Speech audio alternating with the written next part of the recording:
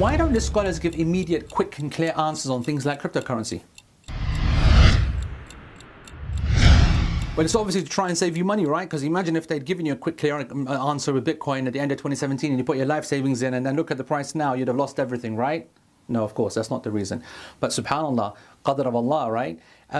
You should know, by the way, that scholars don't give rulings based upon whether they make losses or profits. We look at the legal issues. So just let me make that clear first of all.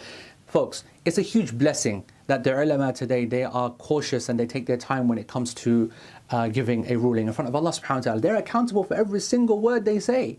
It's a huge positive that they're cautious in that manner. They've got to get it right, and there are so many difficult issues around it. Now, the scholars aren't dumb because they don't understand cryptocurrency. Who does understand cryptocurrency? The vast majority of people just Googling, what is it, and then whatever they read, they're using that as a basis to go and invest their money in and maybe lose everything or make everything just because they keep profiting. That is not a good thing. To be able to understand that it is based upon Islam, it's based upon the Sharia, Allah subhanahu wa ta'ala is happy with it, it is halal. That should be the asl, that should be the basis. And these are complicated matters.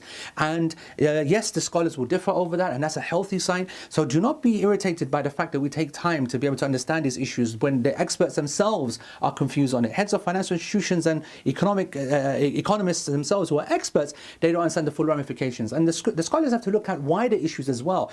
For example, how do you come about this? I mean, you're seeing right now that some people are hacking into other people's computers to use their power to be able to mine these cryptocurrencies. These are the associated factors that scholars have to keep in mind. What's going to happen when we say halal? This is what it will lead to. It will lead to people continue to use huge amount of energy that can run cities, for example. Is that ethical? Is that right? It will lead to people being focused on a zero-sum game when it comes to profiting. That as long as I make money by investing in it and everyone else loses. So there are wider issues. Is this thing zakatable? Can I invest in it?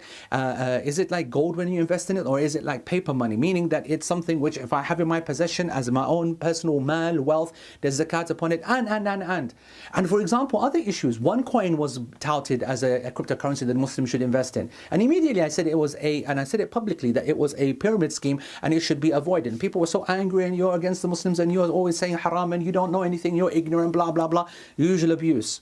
And now the founders of OneCoin, the rival to Bitcoin, are being prosecuted because of exactly that fact, that it was a scam and a pyramid scheme. Folks, you need to be careful, you need to trust your scholars, and you need to respect the fact that they're being cautious and taking their time. This is a blessing, not a negative.